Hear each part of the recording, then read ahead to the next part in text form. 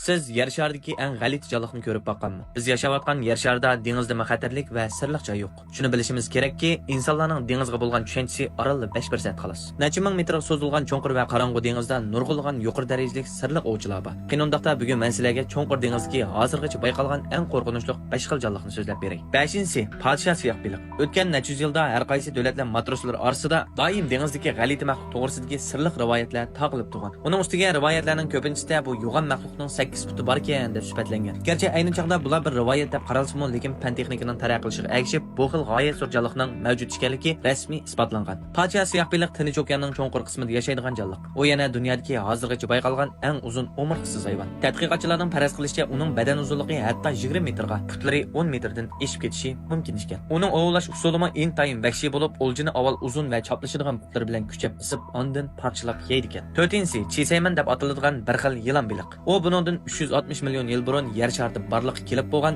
intayin g'alati jonliq. Tashqi qiyofatiga o'xshash uning oziqlanish usulimi intayin g'alati bo'lib, u o'zining 120 tal o'tkir tishi bilan boshqa hayvonlarning teniga choplashib, ularning qinini sho'rab oziqlanadi. Dengiz, tuzliq ko'l, daryo qatorliq har xil suv muhitida yashay oladi. Intayin xatarlik va mozlashchanligi kuchli tajovuzchilik. 3-si sanduqsimon meduza. Asosiy tropik baliq dengiz rayonlarida yashaydigan bir xil sus ko'k rangli shakli sanduqqa o'xshaydigan meduza. Ularning cho'ng mingisi va yuragi yo'q. Hatto umurtqisi, muskul so'ngkimi yo'q. Qarmoq shundoq yuvosh ko'rinadigan bu sanduqsimon meduza insonlar hozirgacha bayqagan zari eng kuchli hayvon. Uning zari intayin kuchli bo'lib, odam o'qishmay uning hujumiga uchrab qolsa, badan muskuli qattiq og'riydi. Hamda qisqagina 2 minut ichida badandagi har xil a'zolar tez suratda zaiflashib, odamning hayoti xavf yetadi. Statistikalarga asoslanganda yaqinqi 25 yildan buyon necha yuz odam dal mushu meduza sababidan o'lib ketgan. 2-si Yaponiya o'mechiksimon qisqushbaqasi. Uning yana bir xato atilib qolgan nomi bo'lsa, odam o'ltirgich qisqushbaqa. Yaponiyaning nurg'ulg'an rayonlarida o'mechiksimon qisqushbaqaning odam zaxmlantirgan rivoyatlari bor. Uningda deyilishicha, baliq tutquchilar ehtiyotsizlikdan uningga yaqinlashganda u tuyuqsiz 8 tal uzun puti bilan